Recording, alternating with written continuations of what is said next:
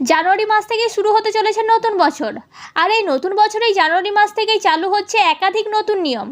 দেশ জুড়ে Aadhaar card, ration card, birth certificate, রান্নার গ্যাস, পিএম কিষাণ, এমনকি ফোনপে, গুগল পে, পেটিএমের উপরও নতুন নিয়ম লাগু হতে চলেছে। তো বর্তমানে আপনি যদি সাধারণ দিনদরিদ্র খেটে খাওয়া মানুষ হন এবং আপনি যদি মধ্যবিত্ত বা ধনী হয়ে থাকেন, তাহলে অবশ্যই আপনাকে এই সমস্ত নিয়মগুলিকে জেনে রাখতে হবে। আর আপনি যদি এই সমস্ত নিয়মগুলি জেনে না রাখেন, তাহলে আপনাকে ভবিষ্যতে সমস্যায় পড়তে হতে পারে। তো বর্তমানে কোন নিয়মের প্রভাবে কী কী সুবিধা বা কী কী অসুবিধা হবে, সমস্ত কিছুই আজকের ভিডিওতে আপনাদেরকে জানাবো। তাই ভিডিওটি স্কিপ না করে পুরোটা দেখতে থাকুন। আর আপনি যদি আমার চ্যানেলে নতুন হয়ে থাকেন, তাহলে অবশ্যই চ্যানেলটিকে সাবস্ক্রাইব করে রাখবেন নতুন নতুন গুরুত্বপূর্ণ আপডেটগুলি সবার আগে পাওয়ার জন্য। তো চলুন ভিডিওটি শুরু করা যাক। তো প্রথমেই যে নিয়মটির কথা বলা হয়েছে সেটি হলো আধার কার্ড নিয়ে গুরুত্বপূর্ণ ঘোষণা করলো ইউআইডিআই। বলা হয়েছে, দেখুন, এবার আধার কার্ডের নিয়ম নিয়ে বড়সড় পরিবর্তন করলো ইউআইডিএআই। এখন থেকে বার্থ সার্টিফিকেটের জন্ম তারিখই আধার কার্ডে লেখা আবশ্যক। বার্থ সার্টিফিকেটে থাকা জন্ম তারিখের সাথে আধার কার্ডে থাকা জন্ম তারিখ ভিন্ন হলে দেশের নাগরিকদের অনেক সমস্যার সম্মুখীন হতে হয়। তাই দেশের নাগরিকদের সুবিধার্থেই ইউআইডিএআই এর তরফে এই বিশেষ সিদ্ধান্তটি নেওয়া হয়েছে। বর্তমানে আধার কার্ড হলো দেশের মানুষদের জন্য গুরুত্বপূর্ণ নথি। এখন দেশের এমন কোনো মানুষ নেই যার কাছে হয়তো আধার কার্ড নেই। আর যার কাছে আধার কার্ড নেই তাদেরকে করিয়ে নেওয়ার জন্য আহ্বান জানিয়েছেন কেন্দ্রীয় সরকার। এই আধার কার্ড ছাড়া মানুষ এখন একদণ্ডও চলতে পারে না। আর যাদের আধার কার্ড নেই তারা সরকারি কোনো সুযোগ সুবিধাও পান না। কিন্তু আধার কার্ডের নাম, জন্ম তারিখ, মাস ও বছর বদলের সুবিধা থাকায় মানুষ বারবার জালিয়াতি করে সংশোধন করাচ্ছেন। এর আগে ইউআইডিআই নামের জন্য 2 বার এবং জন্ম তারিখের জন্য 1 বার আধার সংশোধন করার বিকল্প দিয়েছিল। তবে এবার ইউআইডিএআই বার্থ সার্টিফিকেটে থাকা জন্ম তারিখের সাথে আধার কার্ডে থাকা জন্ম তারিখকে একই রাখতে নতুন নিয়ম জারি করলো। এখন থেকে প্রাসঙ্গিক কাগজপত্র সহ বার্থ সার্টিফিকেট উপস্থাপন করতে হবে, তাহলেই সংশ্লিষ্ট কাগজপত্র আবেদন বৈধ হবে। চলতি মাস থেকে এই নতুন ব্যবস্থা কার্যকর হয়েছে। এটি ভারতীয় ইউনিক আইডেন্টি কার্ড বা ইউআইডিআই দ্বারা শুরু করা হয়েছে। আধার কার্ডে জন্ম তারিখ সংশোধন করে তারিখ, মাস, বছর পরিবর্তন করে জালিয়াতি রোধে এই পদক্ষেপ নেওয়া হয়েছে। অর্থাৎ আপনারা বুঝতেই পারলেন যে এবার থেকে আধার কার্ডে জন্ম তারিখ সংশোধন করার জন্য অবশ্যই আপনাদের বার্থ সার্টিফিকেট বা জন্ম সার্টিফিকেট থাকা অত্যন্ত জরুরি। কারণ এবার থেকে বার্থ সার্টিফিকেটে থাকা জন্ম তারিখ অনুযায়ী আধার কার্ডের জন্ম তারিখ সংশোধন করা হবে।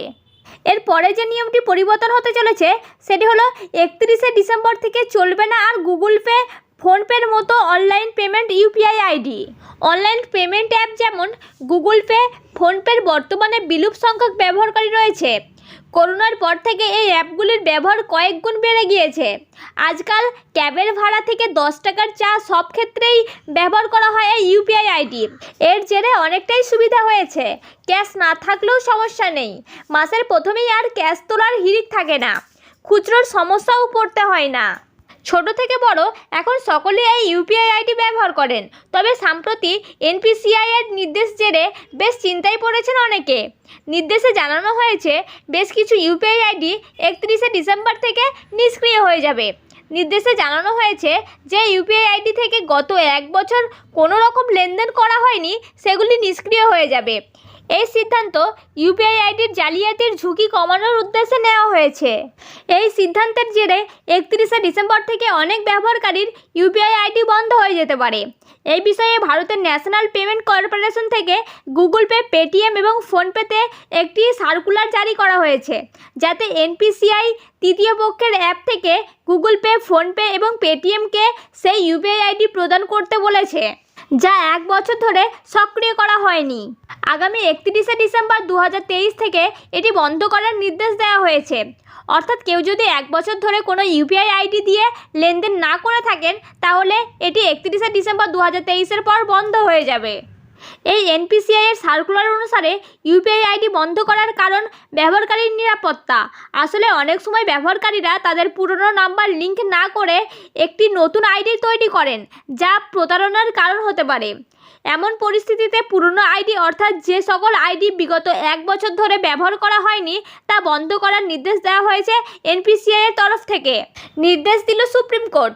সুপ্রিম কোর্টের আদেশ অনুযায়ী ইউজারদের পুরনো নম্বর একটি নতুন ব্যবহারকারীকে জারি করা হতে পারে। সেই পরিস্থিতিতে জালিয়াতির সম্ভাবনা রয়েছে। এই কারণে পুরনো আইডি বন্ধ করার সিদ্ধান্ত নেওয়া হয়েছে। সুপ্রিম কোর্ট তার সাম্প্রতিক আদেশে বলেছে যে টেলিকম প্রদানকারী সংস্থাগুলি বন্ধ থাকার নাম্বারগুলি 90 দিন পর নিষ্ক্রিয় করতে পারে। এছাড়াও তারা অন্য কাউকে সেই নাম্বার ট্রান্সফার করতে পারে। কিন্তু যদি কারো ইউপিআই আইডি গত 1 বছর ধরে সক্রিয় করা থাকে, অর্থাৎ কেউ যদি সেই ইউপিআই আইডি দিয়ে লেনদেন করেন, তাহলে তাদের চিন্তা করার দরকার নেই, আপনাদের ইউপিআই আইডি বন্ধ হবে না। এরপরে যে নিয়মটি আছে সেটি হলো গ্যাস আধার লিঙ্ক। এই দুটি কাজ না করলে গ্যাসের বায়োমেট্রিক কমপ্লিট হবে না। দেখুন, বলা হয়েছে এলপিজি সংযোগ অর্থাৎ আপনার রান্নার গ্যাস কানেকশনের সঙ্গে আধার লিঙ্ক বা বায়োমেট্রিক আপডেটের কাজ চলছে। চলতি মাসটায় বেশ কিছু গ্রাহকের কাছে শেষ ডেডলাইন। আসলে 31শে ডিসেম্বরের মধ্যে উজ্জ্বলা যোজনার গ্রাহকদের এলপিজি কানেকশনের সঙ্গে আধার নাম্বার লিঙ্ক বা নিজের বায়োমেট্রিক আপডেটের কাজ সেরে ফেলতেই হবে।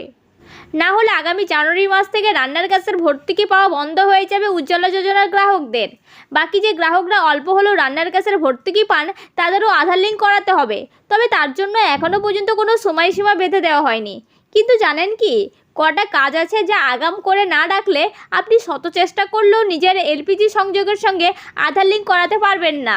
উজ্জ্বলা যোজনার গ্রাহকরা এলপিজি সংযোগের সঙ্গে আধার লিঙ্ক বা বায়োমেট্রিক আপডেট করার জন্য এই মুহূর্তে গ্যাস ডিলার বা ডিস্ট্রিবিউটরের অফিসের সামনে লাইন দিয়ে দীর্ঘক্ষণ দাঁড়িয়ে থাকছেন।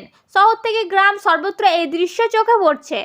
কিন্তু আঙুলের ছাপ ম্যাচ না করার জন্য অনেককে যেমন হতাশ হয়ে ফিরতে হচ্ছে, তেমন আরও দুটি কারণেও অনেককে দীর্ঘক্ষণ লাইনে দাঁড়িয়েও কাজ না সেরেই বাড়ি ফিরতে বাধ্য হচ্ছেন। আপনার ব্যাংকের অ্যাকাউন্টের সঙ্গে যদি আধার কার্ডের লিঙ্ক করানো না থাকে, তবে দীর্ঘক্ষণ লাইনে দাঁড়িয়ে চেষ্টা করেও কাজের কাজ কিছুই হবে না। কোনো মতেই এলপিজি সংযোগের সঙ্গে বায়োমেট্রিক আপডেট করাতে পারবেন না উজ্জ্বলা যোজনার গ্রাহকরা। তাই এমন কেউ যদি থেকে থাকেন যার ব্যাংকের অ্যাকাউন্টের সঙ্গে আধার কার্ডের লিঙ্ক করা নেই, তিনি আগে ব্যাংকে গিয়ে কাজটি মেটান, তারপর গ্যাস ডিলারের অফিসে গিয়ে বায়োমেট্রিক আপডেট করুন। গত কয়েক মাসে আধার নাম্বার ব্যবহার করে জালিয়াতির ঘটনায় ব্যাপক মাত্রায় বেড়ে গিয়েছে। অনেকেই কোনো রকম লিঙ্কে ক্লিক না করার সত্ত্বেও ব্যাংকের অ্যাকাউন্ট থেকে টাকা হারিয়ে যাচ্ছে। ব্যাংকের অ্যাকাউন্টের সঙ্গে আধার নাম্বার লিঙ্ক থাকার সুযোগটাকেই কাজে লাগাচ্ছে জালিয়াতিরা।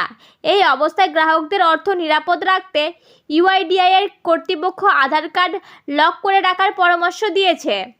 সেই পরামর্শ মেনে ইতিমধ্যেই অনেকেই আধার কার্ড লক করে রেখেছেন। কিন্তু এলপিজি সংযোগের সঙ্গে বায়োমেট্রিক আপডেট করার ক্ষেত্রে আধার কার্ড লক থাকলে কাজ হবে না। তাই গ্যাস কানেকশনের বায়োমেট্রিক আপডেট করার আগে আপনার লক করা আধার কার্ডটিকে আনলক করতে হবে।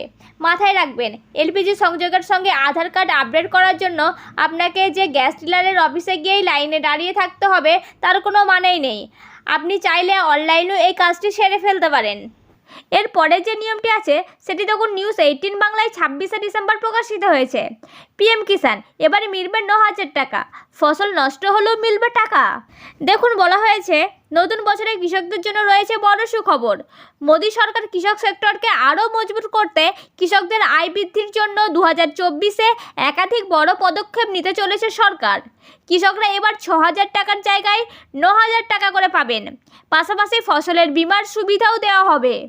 মনে করা হচ্ছে সরকার আগামী বাজেটে কৃষিক্ষেত্রের জন্য মোটা টাকা বরাদ্দ করতে চলেছে। এই বিষয়ের সঙ্গে যুক্ত দুজন উচ্চ অধিকারী জানিয়েছেন, সরকার 2024-25-এ বাজেটে কৃষিক্ষেত্রের জন্য প্রায় 2 লক্ষ কোটি টাকা বরাদ্দ করতে পারে। চলতি আর্থিক বছরে 1.44 লক্ষ কোটি টাকার থেকে, যা প্রায় 39% বেশি।